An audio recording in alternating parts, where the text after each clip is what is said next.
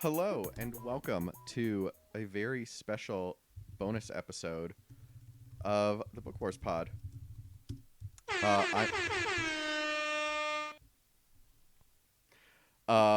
Sorry, I was being roasted in the chat and I couldn't see who it was, and I assumed it was Kate, and then I opened it and it wasn't, so I was a little surprised there. I'm Chris. You I'm ruined here. The surprise. I'm here with Rana and Kristen, and sorry, who are you? Oh, go fuck yourself, really? Oh, I mean, that's you're right. the I only one who remember can you say that to him, so. I just... She's not the only one who says that to me. Oh, no, I meant that in an inappropriate way. It's Oh, fine. I see what you did there. I'm so funny, everyone, yeah. Ha ha ha. Maybe I should drink my whole think you're beer. funny. Thanks, Kate. You should absolutely drink your whole beer. More reasons you should drink your whole beer is because we're talking Book of Boba Fett. And that's not a drink your whole beer kind of viewing experience. God. Not even entirely in a bad way. But yeah, drink your whole beer. What kind of whole beer are you drinking, Rana? Well, let me tell you. I have saved this beer for an entire year because it is maple season, and god damn it, I need maple in March, and I live in Colorado where it's not a thing. So my whole social media, like 5% of my social media is everyone tapping maple trees and making syrup, and it makes me really sad. Oh my goodness. So I'm drinking a beer that I got almost exactly a year ago with Chris and Kate when I first met them when we got our first COVID vaccines. Oh my God. That I have aged for a full year. And it is a double-barreled maple stout. It's a stout aged in bourbon and maple syrup barrels with maple syrup, coffee, and cinnamon.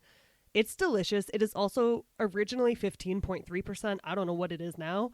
Hopefully still something like that. It's delicious. But we'll see if I can speak by the end of the recording. I mean, I can't really speak now and I just started it, but that's not because of beer. That's just me being weird.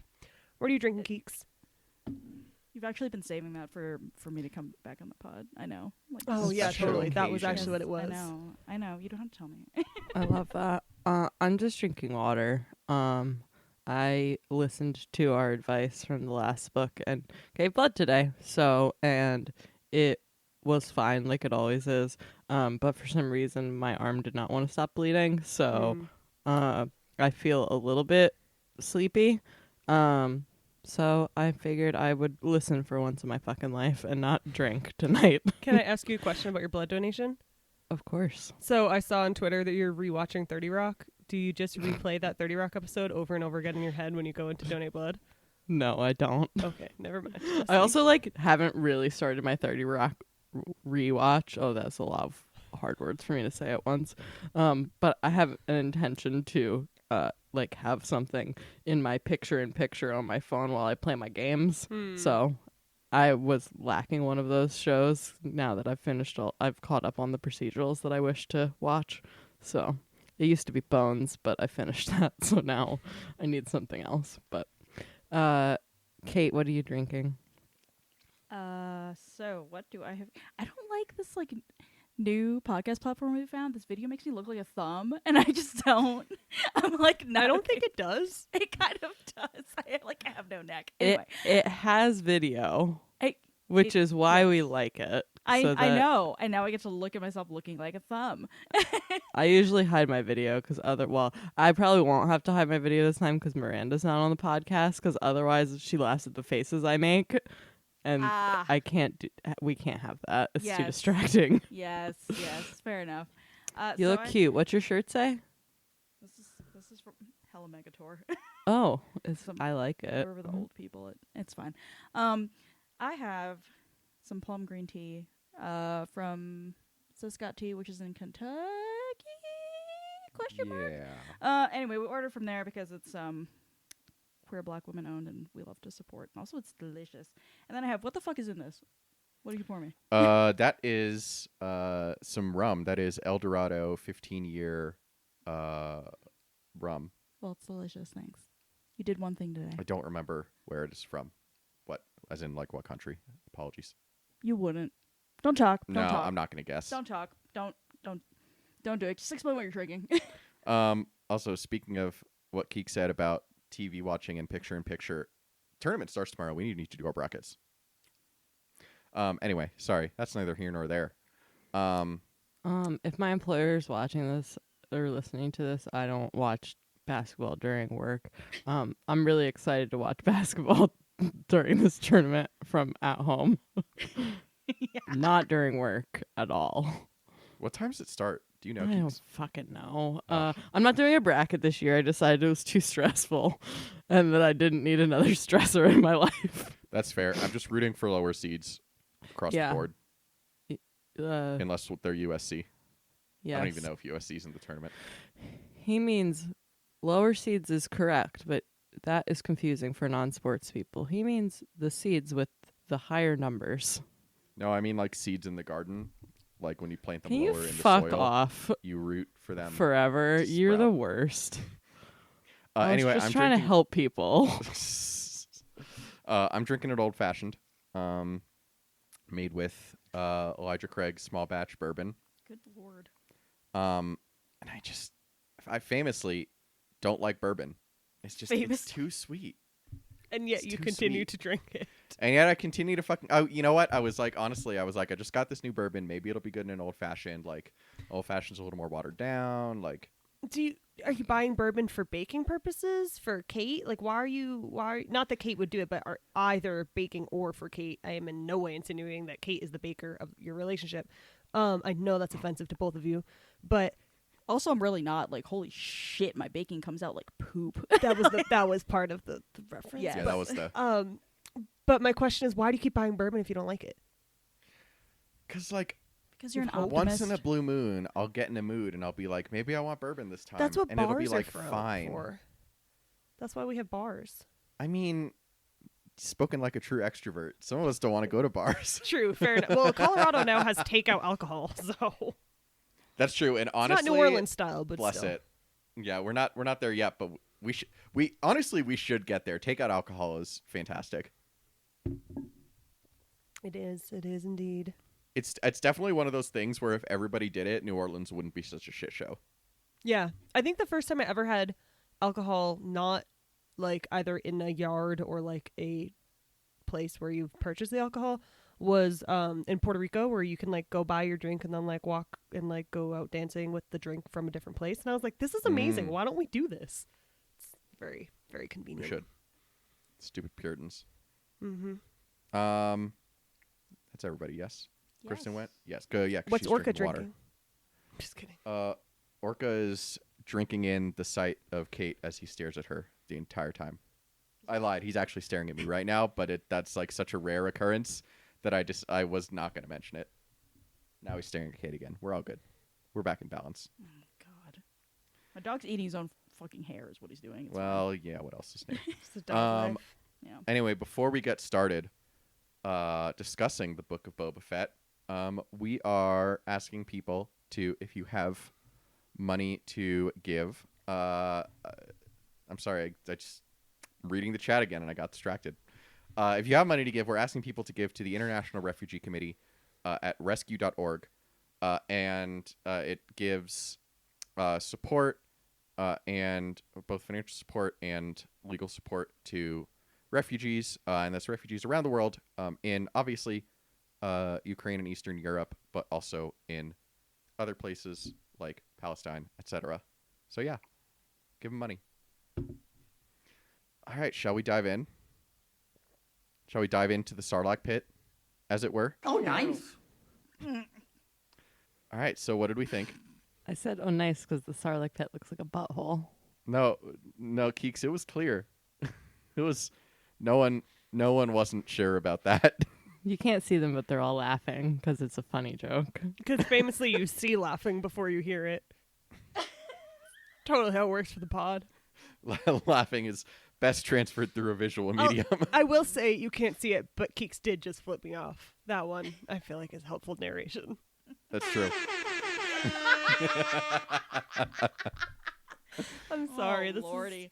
It's my fault we didn't record a couple days ago, so naturally I have to be even more of an asshole.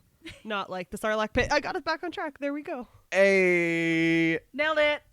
All right. So on that note, what did we think? Rana, I feel like you have to go first after bringing us in with that. Okay, I wasn't sure if that was if you were just asking me to speak for all Indigenous Star Wars fans. No, I'm just kidding. Oh my God. Just joking. Shame on you, white man. No, I mean, here's the thing. I know a lot of people really dislike this, and that's totally fine. I didn't mind it. I enjoyed it. I didn't think it was the best Star Wars content I've seen, but I enjoyed it. I just kind of went along with the ride, and there were definitely moments that I was like, what? But for the definitely some storytelling decisions that didn't really need to happen that way. But overall, I felt like it was really enjoyable, and it was fun for some. Like, I'm probably not going to rewatch it. Maybe before season 2 if there is one. But I have no desire to rewatch it. But it was fun. All right, I'm logging off. Thanks. Yeah. Cool. Thanks, Rana. No, sorry, you were gonna go, Kate. I was. I don't know. You looked like you were gonna. I don't fucking know what Wow. I Do you do see? anymore. Telling Kate Now what that to Kate's. do. Oh, jeez. To Now be that fair, Kate's you back on the did- pod, do you all see just like the healthy amount of fear that has been instilled in me that is back? I was There gonna could be say you more. were staring at him like he interrupted you. So Oh Thank you, Kristen. my God. This is just what my face looks like. I think my face is just stuck like this, having taught for almost 6 semesters Or being now. from New York. I was gonna say it's definitely couldn't be that. Fuck off, both of you. Jesus Christ. What the fuck? Fine. Well, what can I say now that Chris has put me on the spot? Just without Hey, Kate, my what'd you permission. think of Book of Boba? Well, Ron, it was a real mixed bag for me. Like, on the one hand, there were a lot of parts I did like.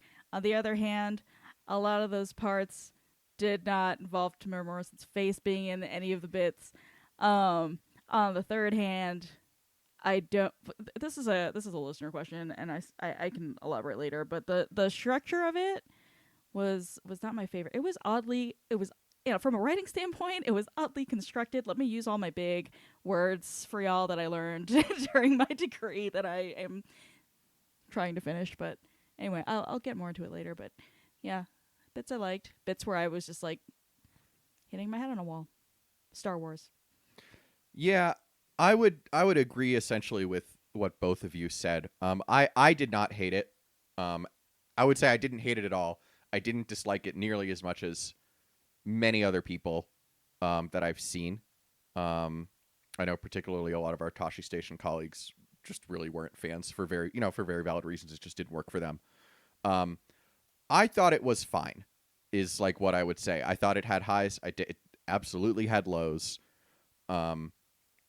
Basically, in the past few years, I try to judge Star Wars like not by my expectations and what I want for it, because Rise of Skywalker came out and everything went out the window in terms of what I want for Star Wars. But like whether or not, afterward, do I have a smile on my face? Did I enjoy it? And I did for, I would say, half of the Book of Boba Fett episodes, and including the last 3. So which was really helpful. I think that structurally it absolutely didn't have one. It absolutely had its issues. There are plenty of issues behind the camera and outside of the on-screen product that need to be mentioned every time we talk about them, and we will once we get to those episodes. But it was fine. I would say of all the Star Wars TV that has come out, I probably liked this the least. Over the previous 2 seasons of Mandalorian, and throw in Star Wars animation in there. Maybe season 2 of Resistance I liked less than this. But yeah, it was fine. So let's to get into more specifics about like not just did you like it, but like what were your thoughts? I don't know who added which of these points to the outline, so I'm just going to go person by person in the same order that I did before for people to have the opportunity to elaborate on more specific points. Rana, do you have further things to say? I do. I mean, also some of the things that I would have said other people have on here, so I will not embrace my white half by stealing other people's points, and I will just do the two We that prefer I to have. call it discovering them, Rana. I know. You're so right. Jesus. Please. tell God me more. almighty. I'm so sorry for being offensive. Why? Wait, why are you still on this podcast, man? I came back after 2 years, and they're Because still, we need like, white letting you we talk? need a white man represented in our I was- group. Jeez. I was going to say because nobody else wants to do the intro. It's Star That's what I Wars. was No one gonna will say, listen to us Chris. without that. Yike. All right, We need anyway. Chris to do the intro and tell the people about who to give their money to. Fucking And incredible. when Because we don't guess- feel like it. I mean, I guess the authoritativness of a white man telling you to give money to something is like, it's just, Just This usually is it's quite for literally scam. what I do for a living. So anyway, Rana, you were gonna make some excellent points. Well, that's debatable, but so one is like serious and one is a very small point. I guess I'll start with the small point first. I want Cobb Vanth to be dead. I don't want him in the back to tank. Go put him in the Ooh. sand. I don't care. Like, let him dry out in the two suns. Like, that. It's not that I hate him. I'm just sick of him. Like, we've had enough Cobb Vanth content. I'm good. I don't. When I saw him in the Whoa. BACTA, I was like, you know what? Like, I don't. It's like, I know that's mean. That's my hot take. But like, go. I don't want him. It seems like he's gonna come back, obviously, because they put him in the BACTA at the end of the episode. But I was like, let him be dead. It's fine. Not everyone has to be revived. That's my hot take for the episode. He's gonna be a robot. I know, but I don't care. I Although know that's mean. I just Cobb Vanth just kind of annoys me. I do like that. Like, not everyone just needs to be like revived by mysterious means. Like, it was funny when we had Spider Maul, but you can stop now. Like, yeah, exactly. Ahsoka came back. Like, okay, I see it. Like, ooh, I just smacked my microphone. Cool. Keeks can write that one down.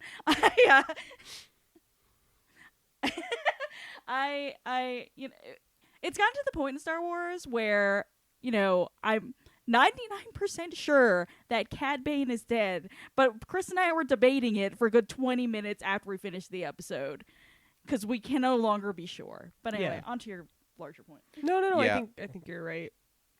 Go ahead, Chris. I interrupted you. No, I was just agreeing. You go. Wow, Chris, you don't have to talk all the time. I'm sorry. I'm wheezing with laughter because I also don't have to talk all the time, but it doesn't change the way I interact with the world. No, I you talk should talk all the constantly. time. I spend Thank all day you. with him. I don't want to hear him talk. Anyway. This is why Kate's not actually on the pod. My more serious point, and I think people are not surprised that this is my more serious point, is I had mixed feelings on some of the points that seem to be like trying to build in some mythos around like indigeneity. I was here for that. I was here for the ways, and I talked about this I think in our Mando recap for season 2, but I really like the way that Tamara Morrison like adds aspects of his identity to how he plays Boba Fett. I love that. And at first I didn't know if I was making that up since I'm not from that demographic of people. I'm not Pacifica, but when he was given that helmet that was the wood helmet by the other Maori creator, that person was like mentioning that and all that, so I do feel a little more validated of like, oh yeah, I do. It does seem like that. Like that was my interpretation as someone from the other side of the world, was that it seems pretty intentional in the way that he plays Boba Fett. But that being said, I did really love the Tusken Raiders storyline until they all died. I was like a big fan of more for a lot of indigenous groups, like coming of age or adoption and things like that are like cultural ceremonies are big. So I love the idea of leaning into that in Star Wars. If we're going to do world building, we might as well have some nuance to it. I say that in Star Wars, what? But I also felt at first I was excited. Like the second episode was my favorite of the whole season. I was like, oh, this is great. Like, I love this. This is cool storytelling. And then it was like motorcycle gangs and like burnt down villages and whatever. I'm not mad about it. I respect some people were really upset about that, and I absolutely respect the way people felt about that. It didn't bother me, but I did feel a little cheated because I was really excited about like cultural components. Like, not that it had to match any specific culture, but just the idea that we were seeing some sort of influence that was saying, oh yeah, like there's indigeneity in Star Wars, because we all know there's indigeneity in Star Wars, not just because Qui-Gon says some like indigenous tribes or something like that in the Phantom Menace, but yeah, I felt like there was a lot of potential there and it was okay, but I was a little bit underwhelmed after having my like hopes for it peak a little bit. That I was just kind of like, all right, it is what it is. And that was almost a point, but not quite. So those are my two things in the outline. Thank you for listening. No, I completely agree. I think that episode 3 for me was a real low point after the high of episode 2. Because episode 2 I thought was just beautifully done in many, many ways. Both the structure of the episode I thought was really good. As you were saying, the indigenous like aspects and culture aspects that were kind of built in and created this like new Tuscan culture that we were learning about for the first time was incredible. And then, it just, episode 3 just felt so lazy to me. It's the easy choice that has been done a million times in, white cinema and television. And it was boring to me. In addition to being disappointing from the representation aspect, it was incredibly boring that was where they decided to go with it. Yeah, I feel like this is probably a good spot to get into my spiel about why this is written so badly. Listen, Jon Favreau is a talented man at a lot of things. He mayhaps should no longer be a screenwriter. It's not like sometimes okay. Sometimes it is the fact that he just like writes the corniest, weirdest, most like unrealistic dialogue.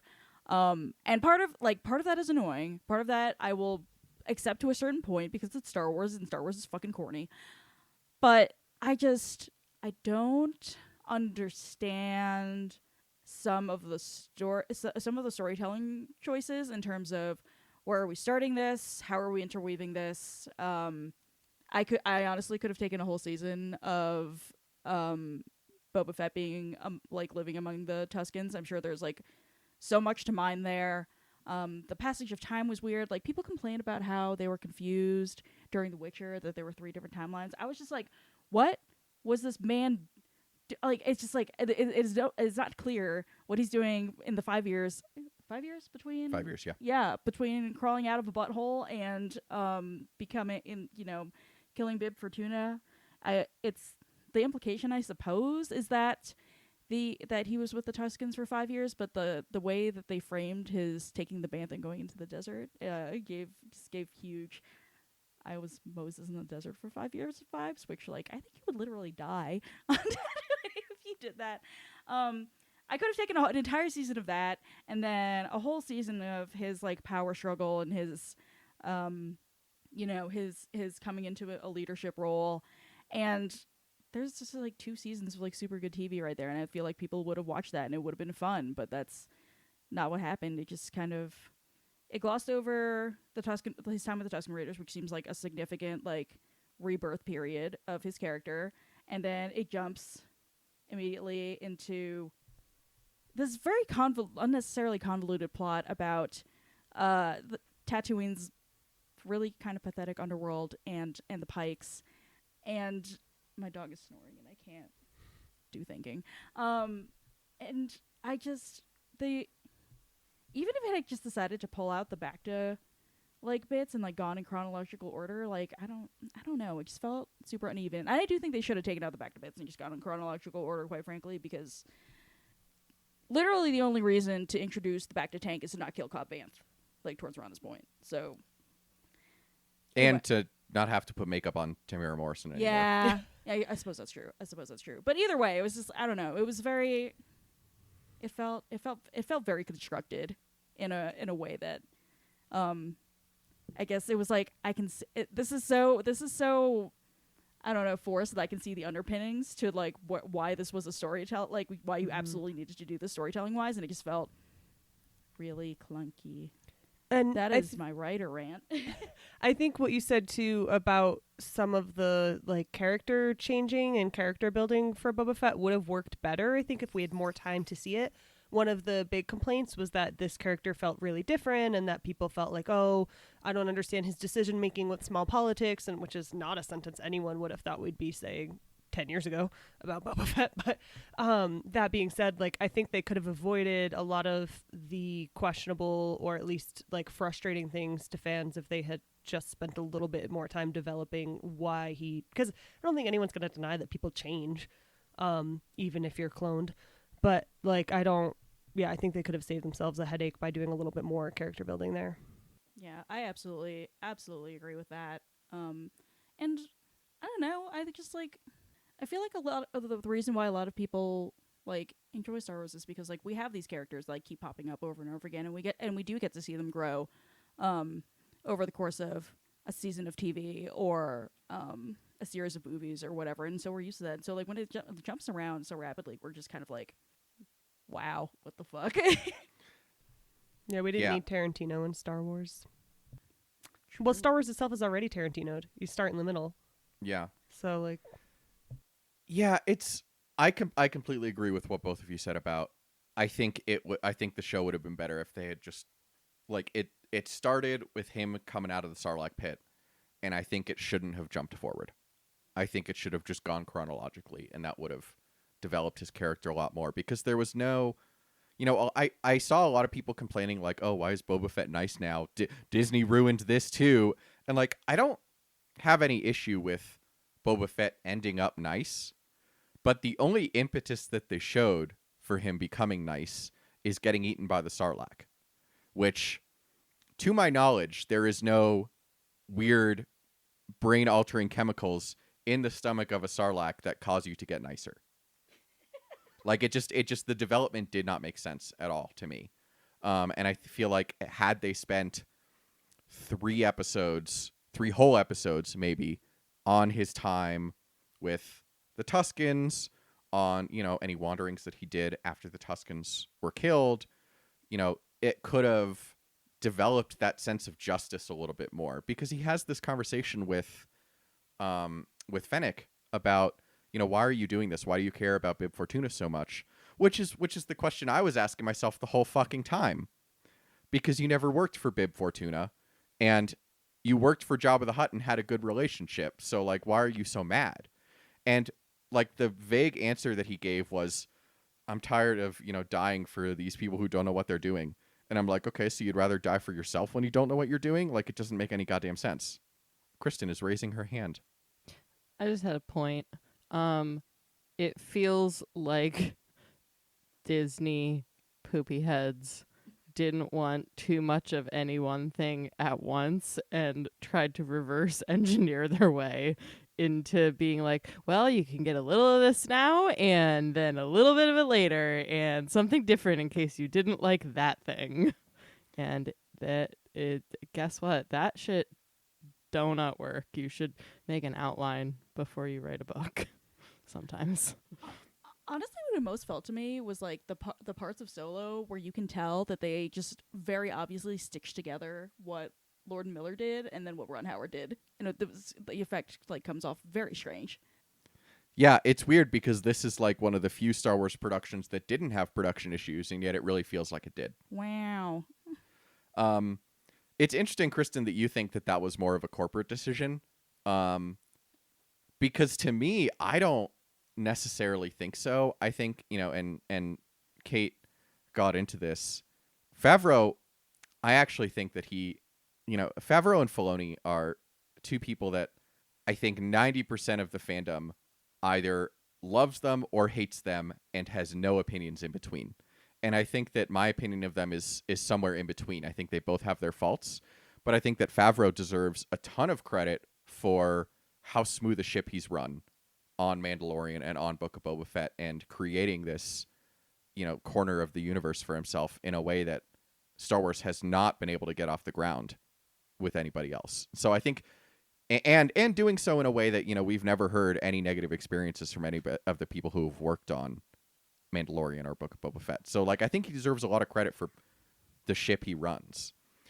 I think that's exactly right. The only reason that I'm like thinking that it may have come from corporate because if someone I can't imagine them pitching 3 to 4 episodes of Tuscan stuff and them not going, no. Absolutely not. We're not doing 3 to 4 episodes Oh, of I see what you're Tuscans. saying. 3 to 4 episodes of Tuscans in a row and nothing else. Sorry, not gonna happen. Good try.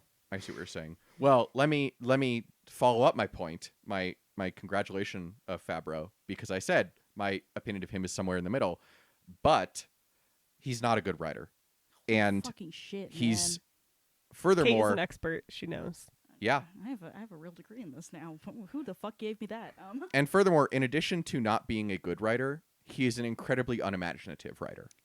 Yeah, that's the other thing. It It's felt just- bad on the outside.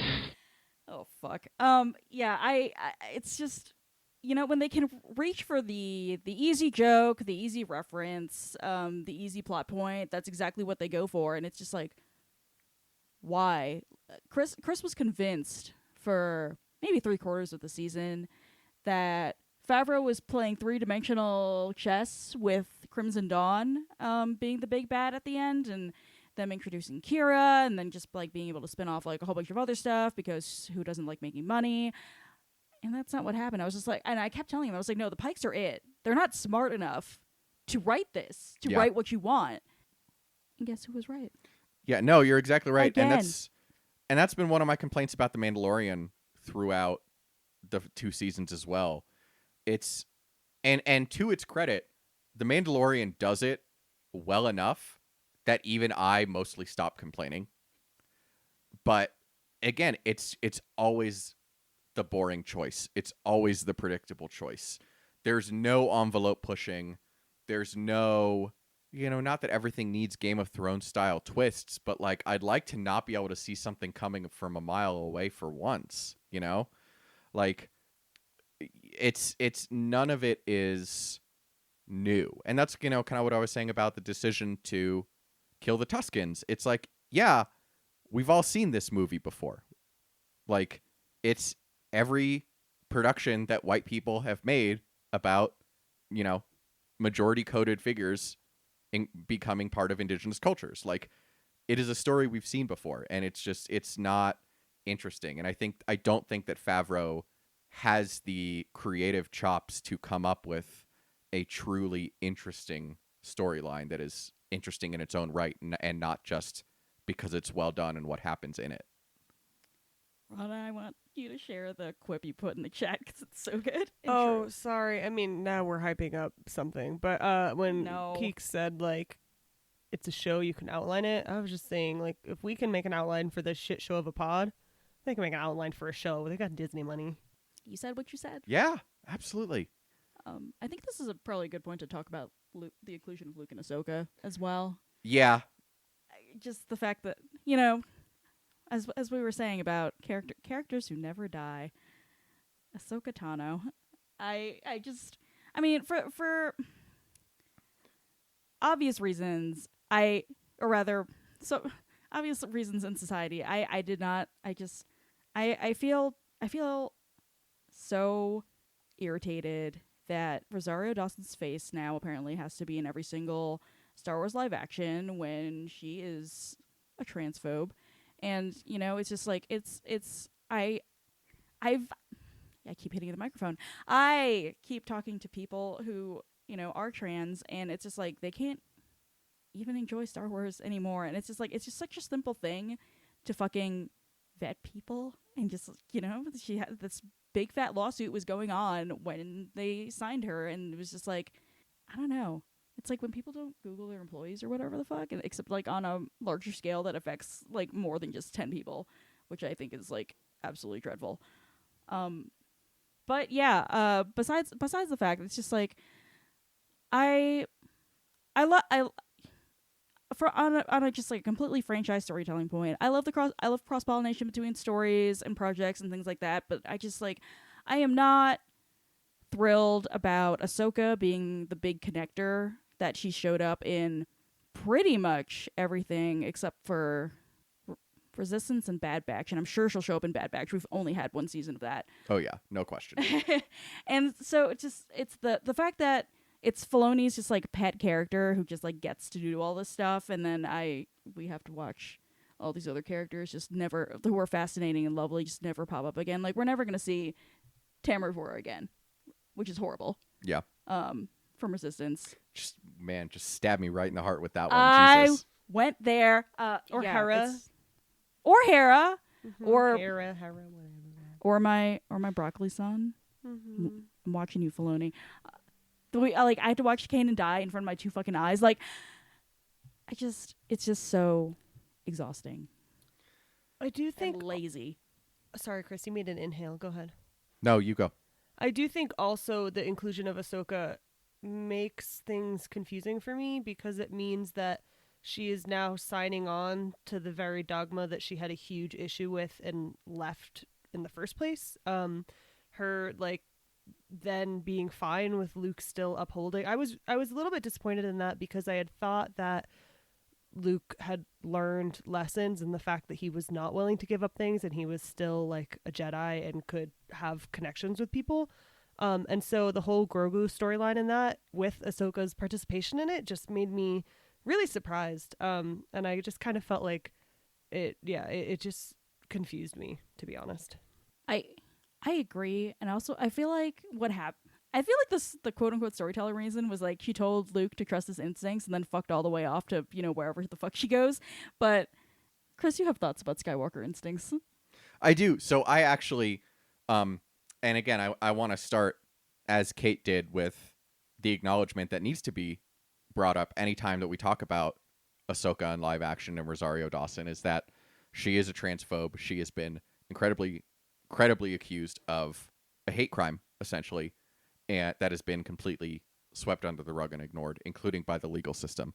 And it is incredibly hurtful and demoralizing and awful to trans and non-binary and genderqueer fans of Star Wars that they have to watch Star Wars, which is something that they love, and essentially aren't safe at any point from her showing up anymore. And that's a decision that has been consciously made by Lucasfilm, who tweeted we love LGBTQ plus fans and employees bullshit in the wake of everything Disney's going through. And it's okay, cool.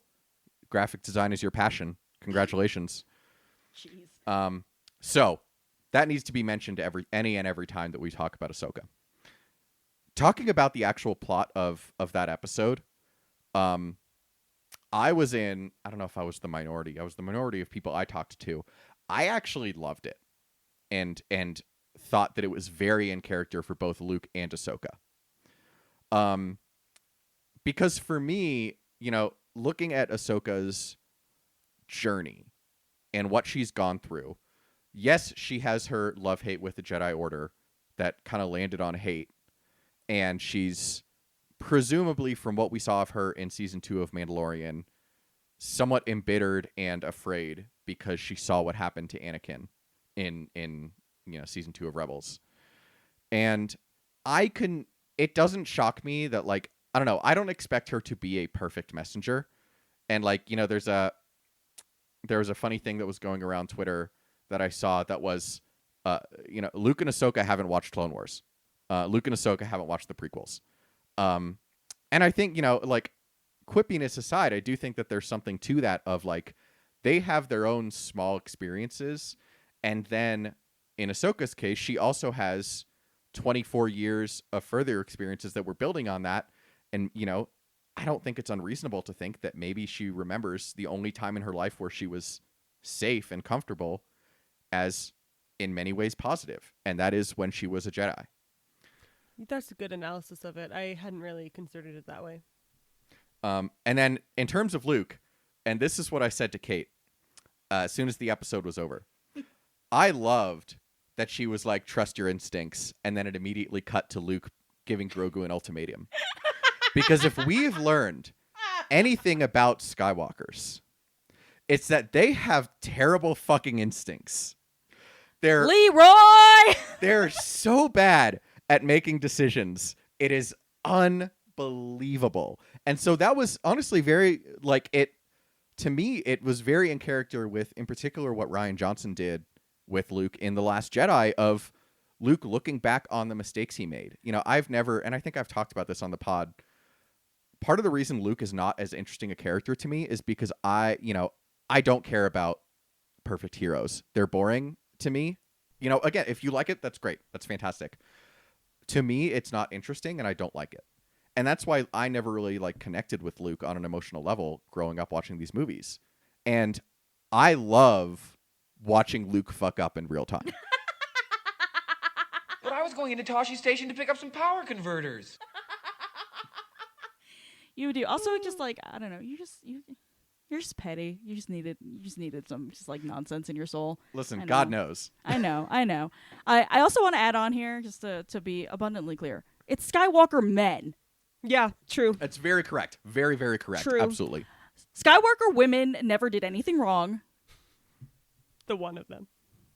I Yes. don't know. Ray's pretty. Shmi stupid. also Wait, never she's did not a anything. Shmi Skywalker. That's true. Wait, That's is true. she a Skywalker?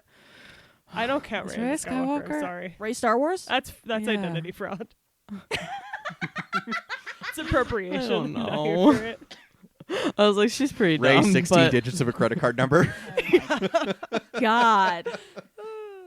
Please Uh, help. Code Rey. Let me cut myself out. Sorry. Oh my god, I thought Ron, you I- were saying something much worse. Ronnie, you were about to say something when Kate started talking. I was just gonna say one point I also have about Luke showing up in this is not related to story, but the fact that Mark Hamill said that he was not involved in Luke's participation in this is a little bit. I read that. I don't know how accurate that is. I read that on Twitter in 2 different places, but maybe that's not accurate. My issue with that would be and I thought I read somewhere they said that they used previous footage for most of the sound bites and things. But that concerns me in the sense of are we going to tell the same character stories forever? I don't know. I just feel I like the allusions to the original trilogy. Obviously, that's my favorite Star Wars canon. I like the inclusion of Clone Wars characters and Rebels characters and all these other things, but there is something questionable about the idea of being able to continue stories of characters forever without the original actors' participation at all. That bothers me for sure. Yeah. I mean, to go along with that, I remember this, and this is before Rana's time, but when we were talking about Rise of Skywalker coming out, we were just please just recast Carrie Fisher.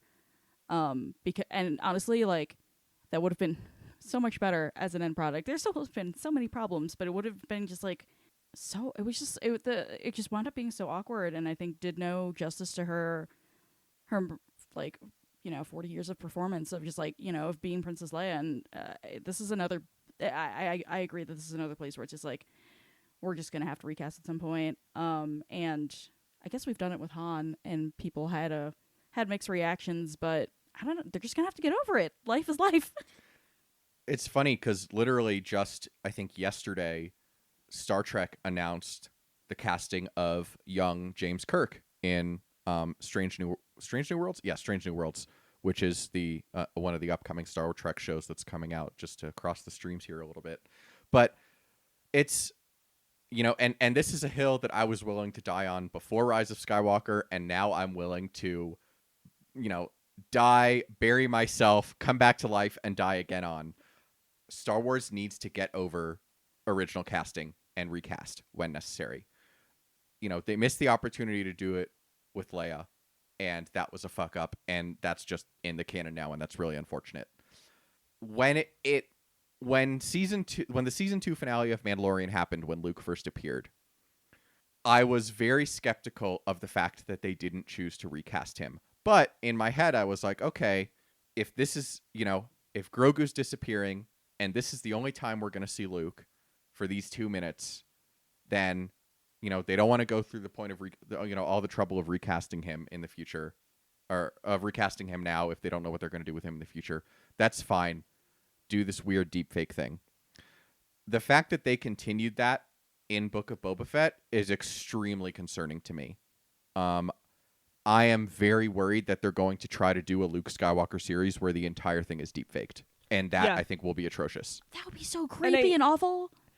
I mean, I didn't like. I actually loved the way they did it in Rogue One. I felt like actually this level of deepfake didn't bother me, but I think at this point, at some point, it not only becomes uncomfortable to watch, but also becomes almost unethical. Like at this, it reminds me of when in the mid 2000s, not 2500s, but when like I don't know, 5 years ago or so, there was that weird period of time where all these brands were using like computer generated ads, and it was like on like a box of like Ziplocs, and it would have like a CGI, like a little like graphic designed family that looked really close to people, but then weren't people because it was cheaper to do that than it was to pay models.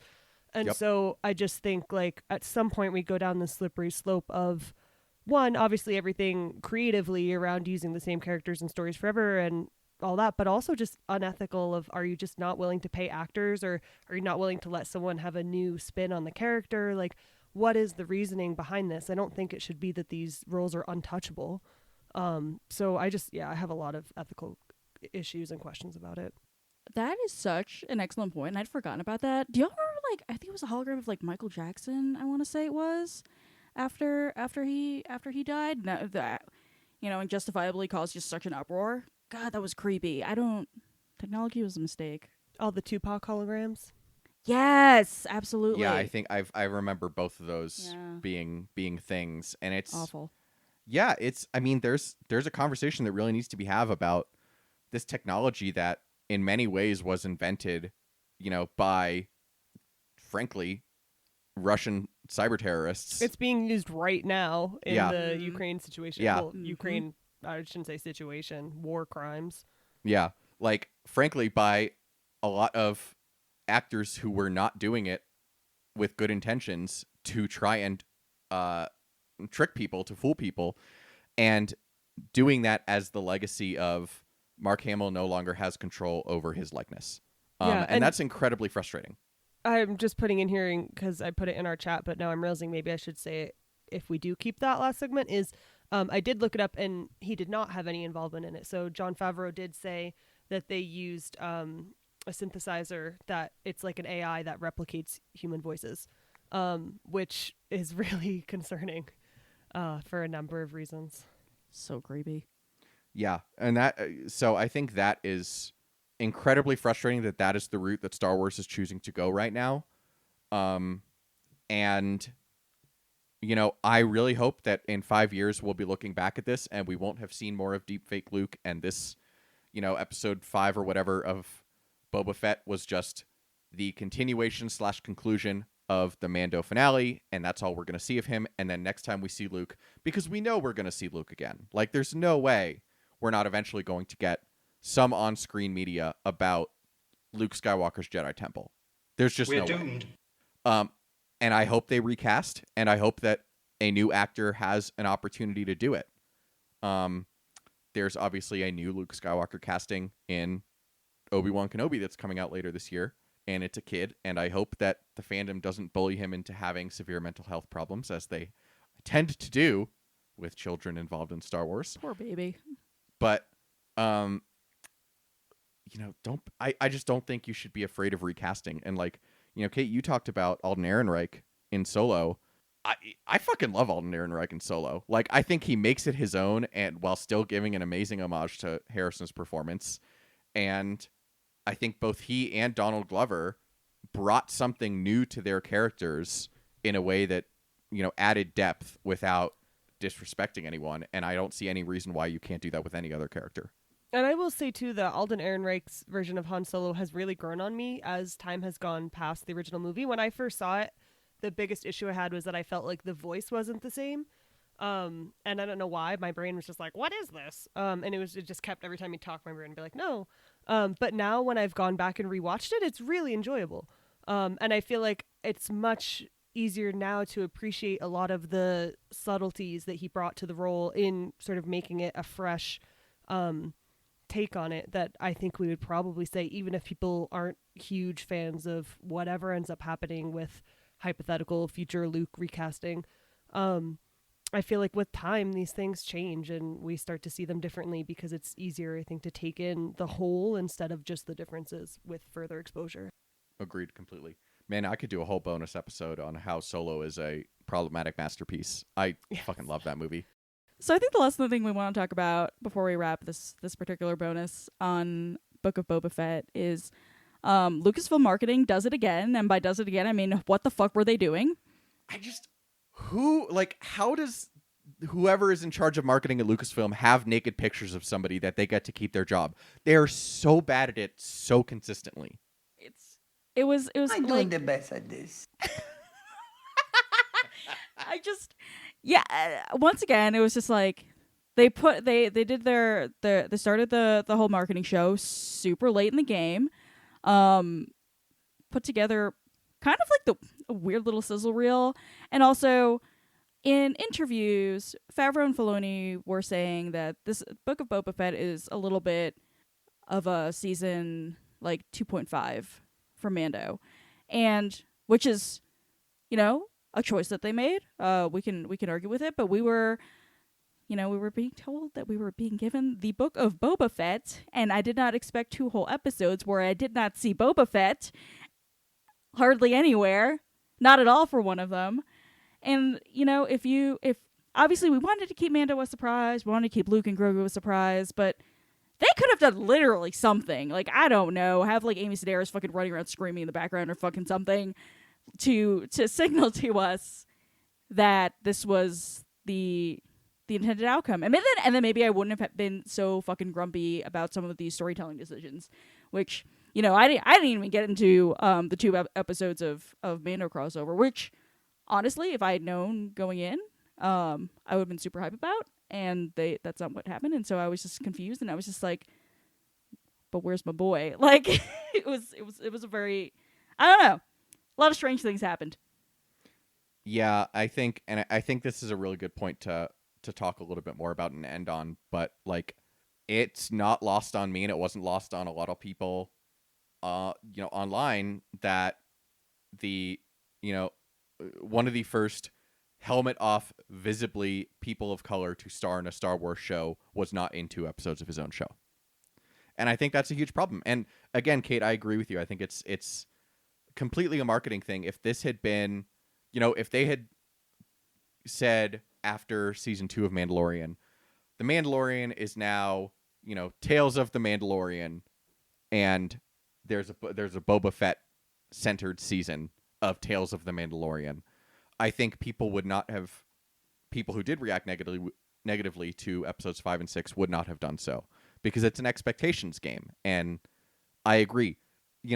I saw a lot of fucking bullshit semantics on Twitter of, well, it's Book of Boba Fett. Books have chapters about other characters. I'm like, shut the fuck up. Do you ever want to throw yourself out the window because people don't know how to read? Like, Every day. Nobody gives a shit about how you think you're playing 7-dimensional chess in your head with the title of a TV show.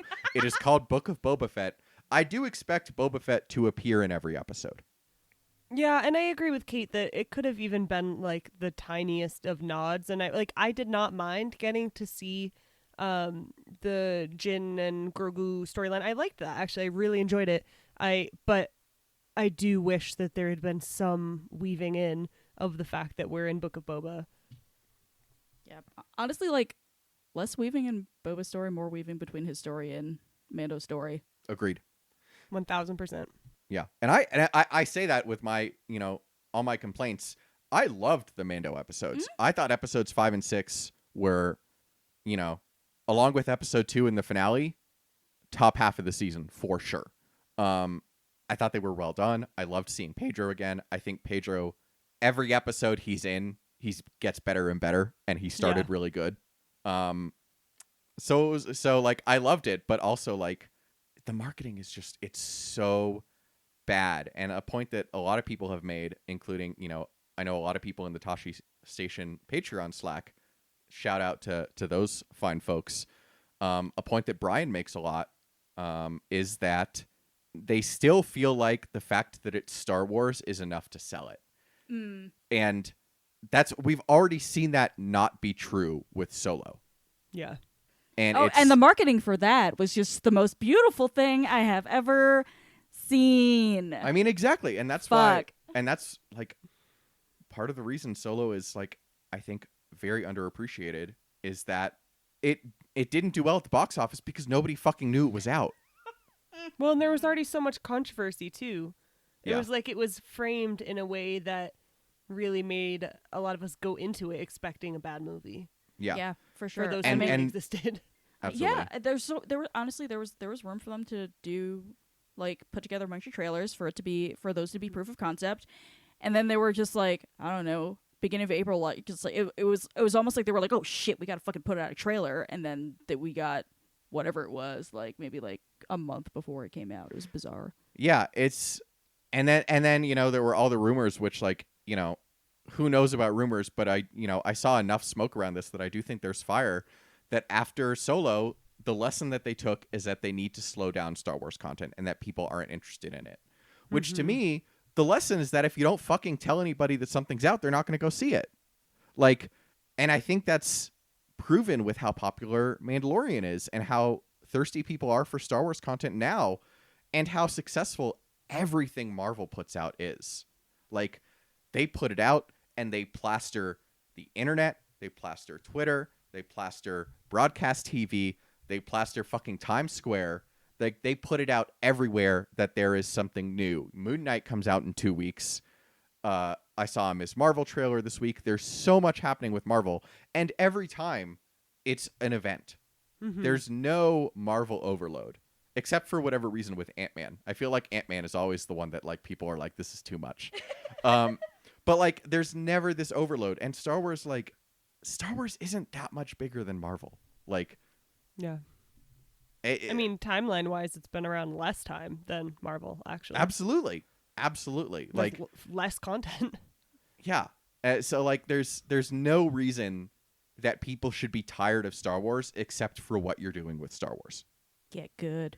Man, get good. It's just the best way to end a podcast. So I'm gonna make an executive decision and end it there. Thank you all for listening to this part 1 of our bonus discussion on Book of Boba Fett. Definitely seems at this point like we have a lot more to talk about. So I suspect we'll be back for another bonus episode soon. Maybe I'll even be back if this thesis doesn't, just murder me straight up. I mean, between the thesis and my parents coming this weekend, Kate may not be alive on Monday. That's it. So, Kate may not be I'm done. alive on Yeah, Monday. Bye. but we're gonna do our best. Anyway, thank you so much for listening to this episode. As I reopen the outline. In the meantime, for our regular content, remember that we're reading The High Republic, A Test of Courage next, and then followed quickly by The High Republic Into the Dark, the middle grade and young adult aspects of the first phase of the High Republic series, whatever you want to call it. In the meantime, if you want to support us financially, first and foremost, please give to the International Refugee Committee at rescue.org, supporting refugees all over the world in Ukraine and Eastern Europe, as well as in other areas of the world, including the Middle East and Palestine. Sorry, I'm like scrolling back and forth through the outline, and it's not going well. If you also want to support us after that, you can always give to the Tasha Station Radio Patreon to get some of these takes that we cited firsthand from their mouths. And give us coffee at ko-fi.com/bookhorsepod. That really helps us cover our hosting and production costs. And as always, we will continue to plaster the internet with Argos, Cerberus, Jasper, Orca, and Tony content. When you give money, when you don't give money, really we're just trying to bring joy at this point. Everything sucks. Yeah. Our theme song is Whiz Bang by Poddington Bear. Our logo and artwork are by Joby Terra Design. And our audio and production and some commentary this episode are done by our very own Kristen McDonald. Thank you so much for joining us for this very special bonus episode. For Keeks, Miranda, Rana, Kate, I am Chris. Talk to you next week. Fuck you, Chris. Wait, start this point over so that I don't have to edit around it. Say that joke again. That was funny.